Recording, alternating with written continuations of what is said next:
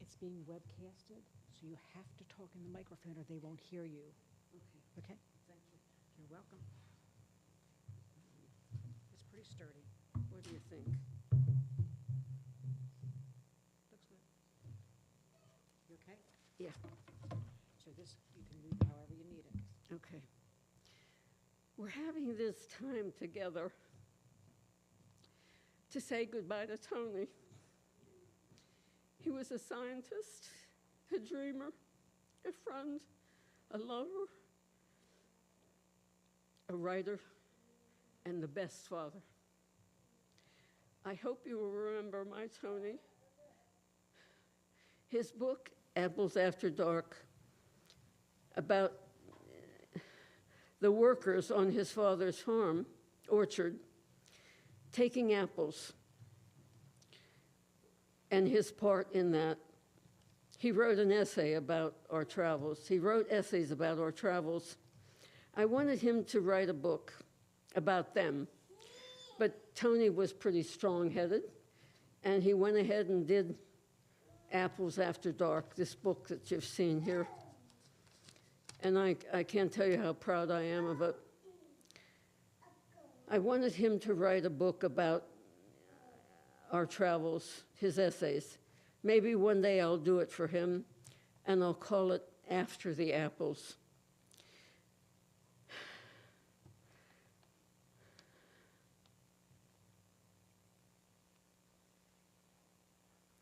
Tony's parents passed, and his wonderful sister Mary, and his only cousin passed.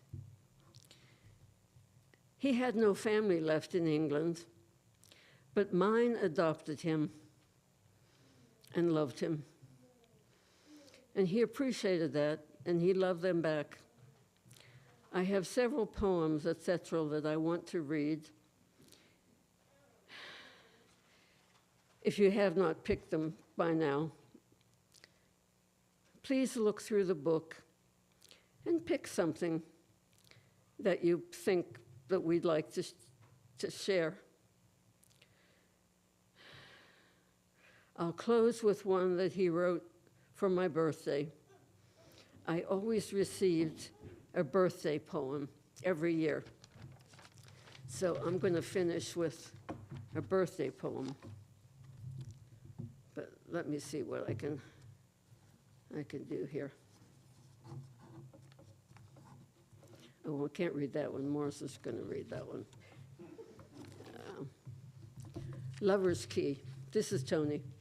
On the beach at Lover's Key, walking hot in my hat and sneaks and shorts and sweaty tee, I look to see in what God wrought as animals or human sort, less lovely than gazelles, but prettier than warthogs.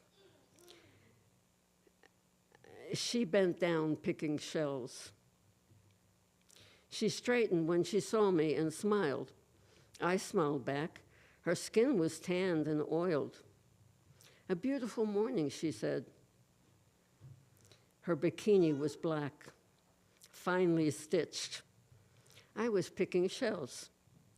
Their shapes can be exquisite, I replied. The bikini interrupted no line and decorated her perfection. Yes, aren't they? She smiled again. Well, enjoy the day, I concluded. But I just saw a woman more beautiful than a gazelle. And I don't know how to tell her that. I'd sound stumbling stupid. She's probably somebody's trophy babe. Yes, have a lovely day, she dazzled. Still, I could just have said, would she still be in my head?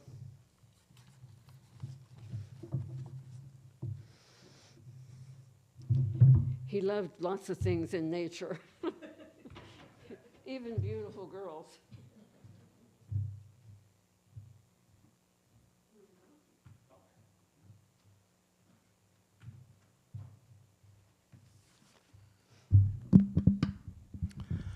Well, I'm Tony's friend, Morris. I like to tell everybody here I've known him longer than anybody here, including Shirley. So we went to university together, and my proudest moment was when Shirley and Tony showed up at my wedding to my first late wife. So that's what kicked off the whole thing. As Kathy pointed out, she's so happy that happened, otherwise she wouldn't be here. So Tony was a man of many parts, and as we all know, there's a wide gap between the scientist and the artist, but in Tony's case, that's not true. He was a Renaissance man, and he had his foot in both camps. So this is a product of the arty side of Tony. Mostly when I got together with him, we talk about the scientific side. So let me read one of his works called Gypsies. And this harks back to when Tony and Shirley first met.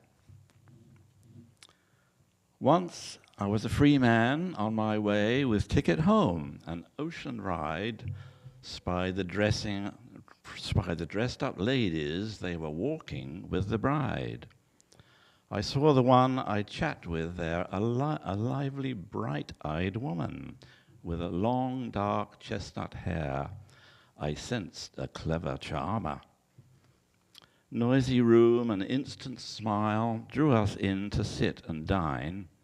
Joyful flirt for just a while before we bade good night.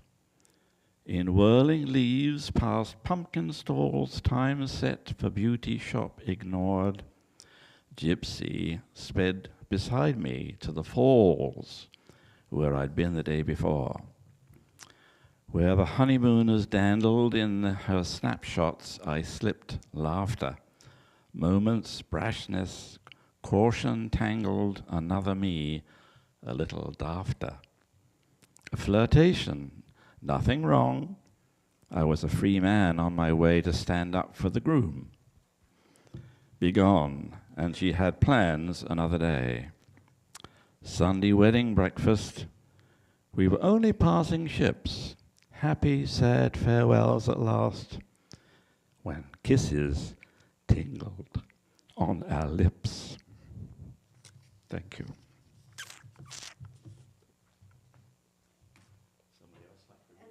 And there's a postscript on that that says, and I married her 2 years later.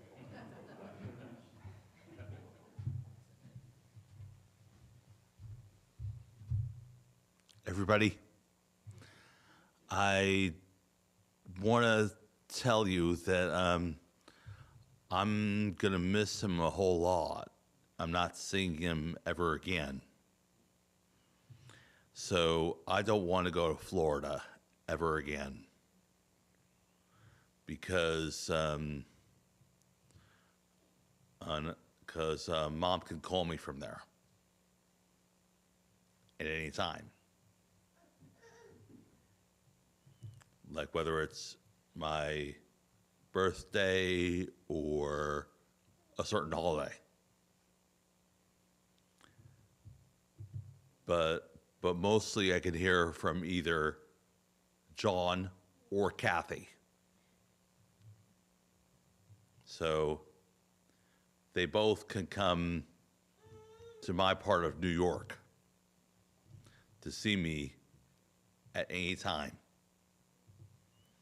Whether we can do coffee or go out to dinner. Either one of them. So I hope you lay to rest, and I'll think of John and Kathy and maybe Mom for a little bit. Okay? Thank you. Thank you, Keith.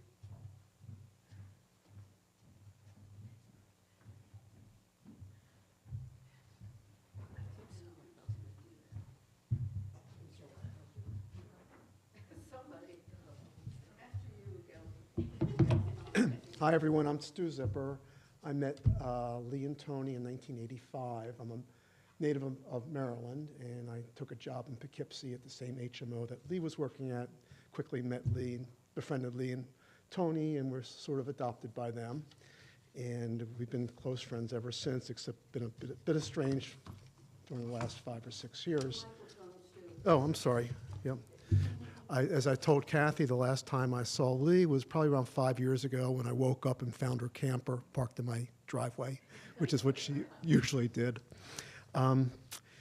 Anyhow, I've just quickly browsed through this book. I found a selection I don't think Lee would be able to read. I think she would just tear her up because it's the very first page, which is a dedication to Lee. And he writes, first to my wife, your breath steady as the dawn, angles yellow past the drapes.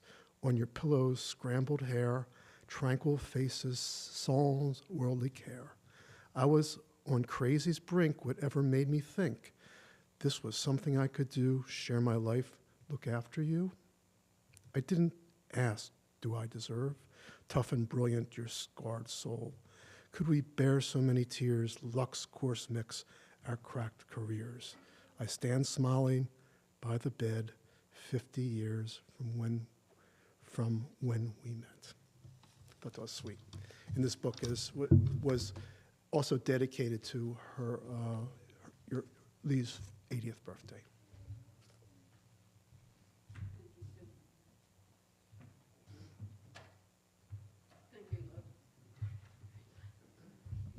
Gotta lower this. Little break from exact quoting poems. There is one in there, number 42, is about a cranky person without their coffee in the morning. So I'll lay claim to that one, but I don't necessarily need to read it. If someone else is also cranky in the morning and can't function without their coffee, I highly recommend that one. Our first trip, once I found out Dad was sick and he had started getting diagnoses, we came into the house, and John and I sat with him, and as happens sometimes, we had a really deep conversation. And I'm going to go back a teeny bit to come back to that. At the Church of England, no separation, church and state, and he was taught, he was taught the Bible, and that was something, you learned in school.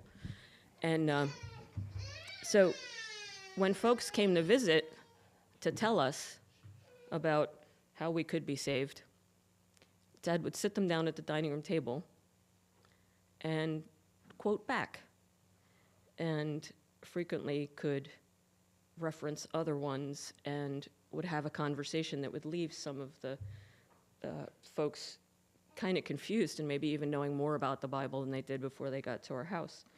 And I remember sitting on the steps and just listening to that and going, wow, the stuff that's stored in my father's brain. He could find references. So when we get to the house and we're sitting there talking, Dad mentioned that he hadn't necessarily understood the story, going after the one lost lamb until he started teaching.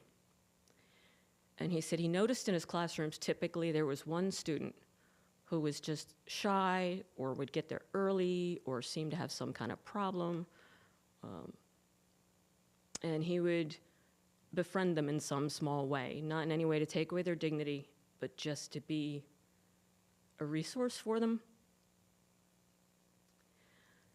And Mom, having been an advocate, my whole life, and me going into advocacy professionally, to hear my father say, maybe in a different life I would have been a counselor, was wild. And I had told him that he had been a good counselor because he had given me advice that was going to stick with me my entire life. And in my practice, I find myself frequently quoting my father, either in humor or in very serious issues. And his words to me and his counseling of me has traveled on to everybody from 13-year-old teenagers struggling, trying to find their place, to folks trying to just deal with life just step by step, either retirement or just any kind of issues like that. So Dad will live on in way more people than I think he could ever imagine. I know he wanted his book to live on for him, but I think in his counseling, he will live on the most. And if you can see it, the picture, the hug, that was found in his office by John and Daniel. And it's a watercolor painting. And I had never seen it before. And when I held it in my hand, I just knew it was Dad's. I just knew Dad had done it. So on top of chemist, who would sneak calcium into other people's things that weren't working and invent things that no one even knows and appreciates, he truly was an artist and a loving teacher and loving counselor, an amazing human being. And if you ever got to experience his twinkle, that twinkle in his eyes, he loved you too, Morgan. He really respected you, Ian. I can say it to people here, but I want you to know I'm thinking about you guys. If you ever saw his twinkle, you're truly a blessed human being. I'll remember how he always, until one of these pictures is this past Christmas, and he was twinkling at her then. And Mom told me a story of him twinkling at her the last time she saw him alive. In 54 years of marriage, to never stop twinkling at your loved one, to never stop tolerating your daughter's insanity, and just being a generally supportive and wonderful man. I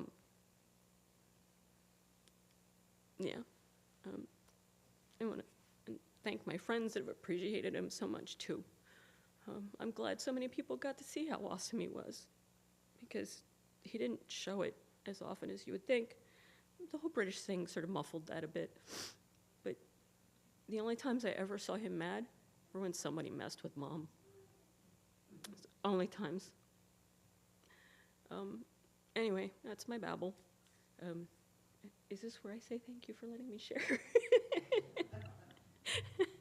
right.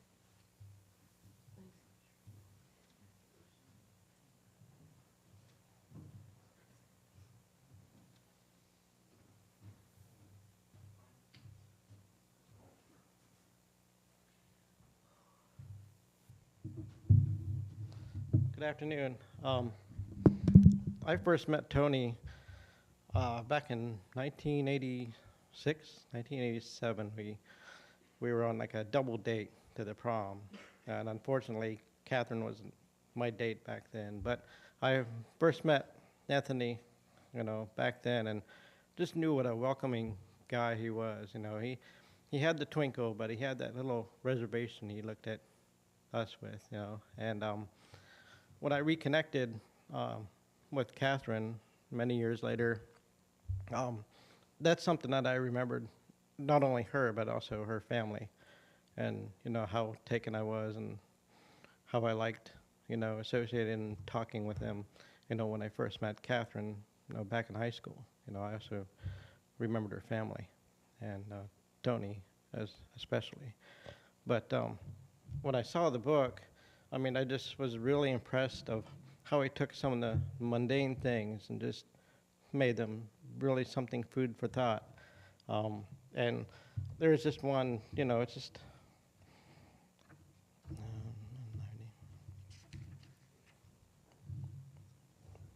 and Kat and I, we moved a few times, and we're interested now in property and improving the property, and we see a lot of real estate things in our travels and in our adventures and life together. But this poem is called Weeds in Paradise. 1,200 square feet under air. Spec built once, but now months roll by and no one's there. Foreclosed, the renters routed. A sorry tale out front the sign, paradise for sale. In chest-high weeds across the street, another house, its signs long gone. A dark green pool, a pile of stone, formerly a water feature. Inside, everything is stripped, carpet lifted, door frames ripped, devastation near complete, a balcony once styled for drama, later scene of Splitsville trauma. All attest divorce's cost, vultures soar in easy circles in the clear blue sky. Here, paradise is not for sale, rather it's been lost. So that is something that we think about, every day when you drive and you see the houses for sale, and just I'll think of them, every time just a normal drive on the street and look behind the story, behind everything you see, and that's what Tony done. Is he creates a story out of everyday things, and I'll definitely miss him the most for that. Thank you.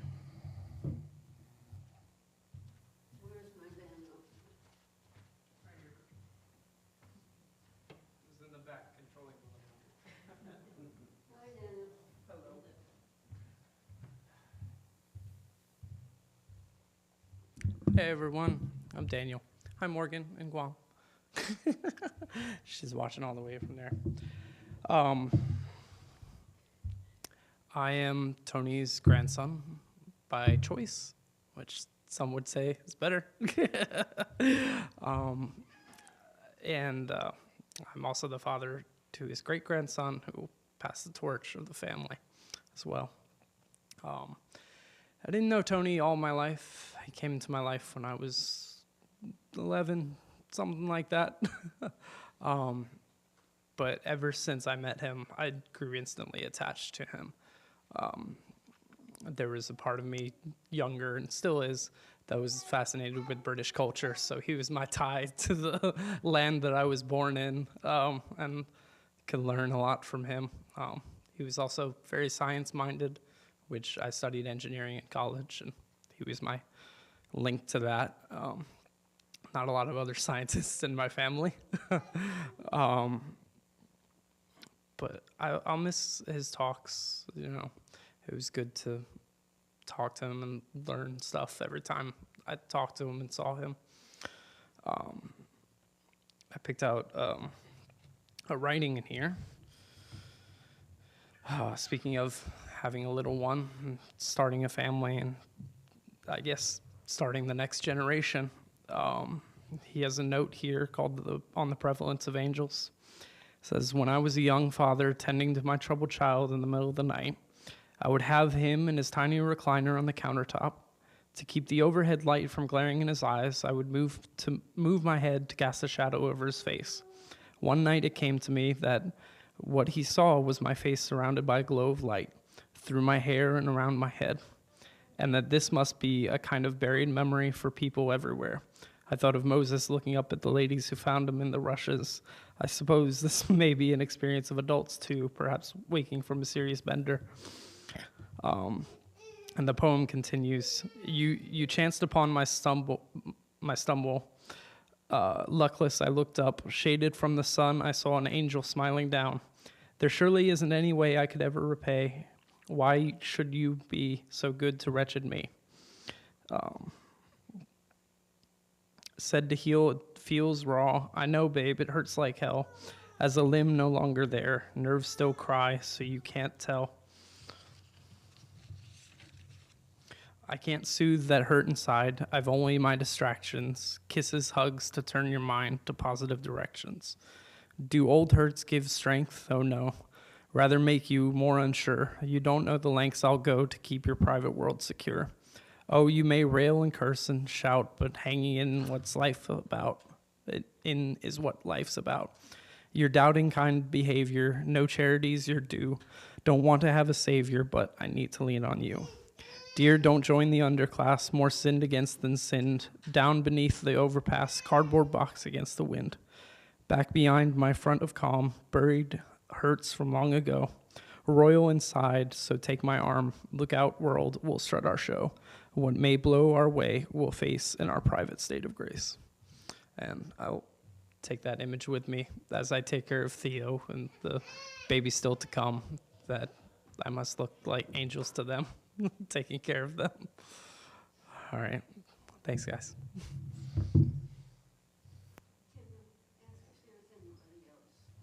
there anybody else that would like to read? We have copies of books up front. Would you like an escalation?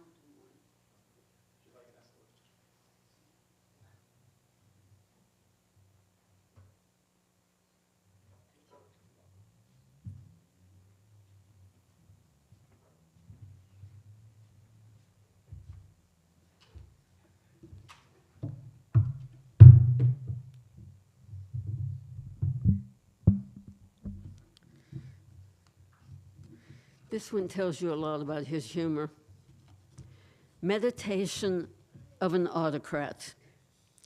In the early morning, walking with my mug of tea, I stop and watch the woodpeckers, cardinals, and hawks. I am monarch of my private acre, kingdom of palmettos, pines, paths trodden just by me. I inspect my subjects, snip back the rambling vines. If I find a brazy pepper or poison ivy climbing a tree, I treat it as a leper. Worse, the sentence ever is mandatory death by dragging out its roots.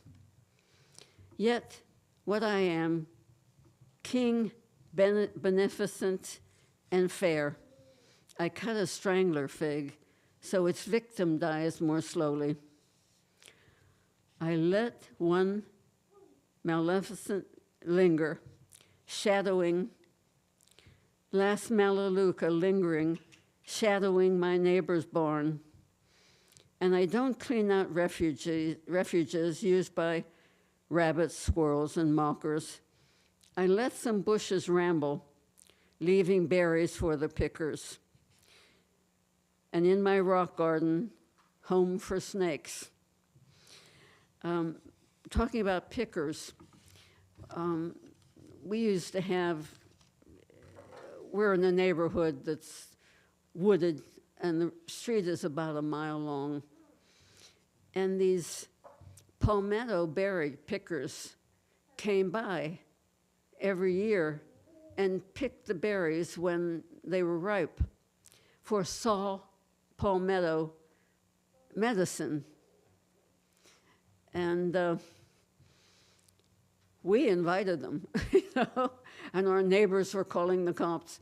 But we invited them on our acre and a quarter, you know, enjoy, make some money. Maybe the medicine will help some people. But I have to tell you, wasn't a day that I didn't know that he loved me. There wasn't a day that I didn't know how smart, how funny, how brilliant, what a wonderful father, and an extraordinary husband that he was. I don't know how I'm going to live without him, but I have friends and people like you that can support me. I have to say goodbye to my Tony. But I'll still be in the house that we built and loved in Florida. And it's going to take a pickup truck to get me out.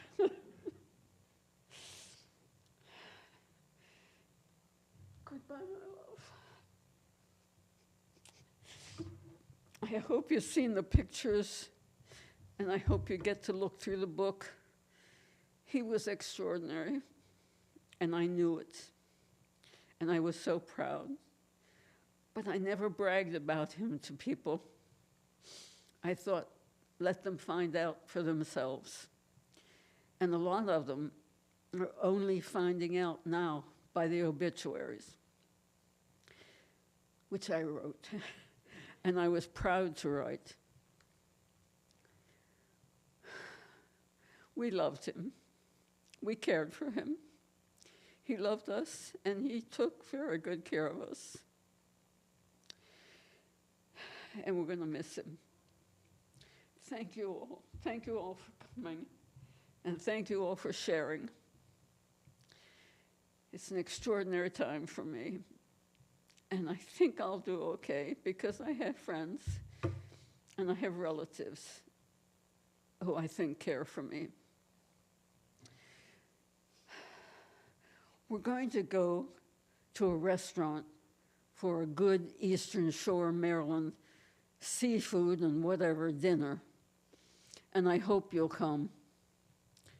Thanks. We'll be in a, you'll follow. We're going to go, of course,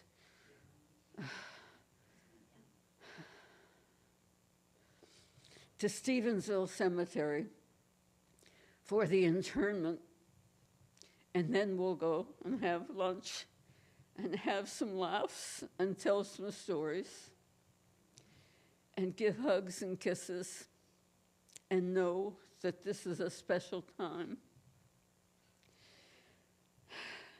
because we're leaving Tony behind. Thank you.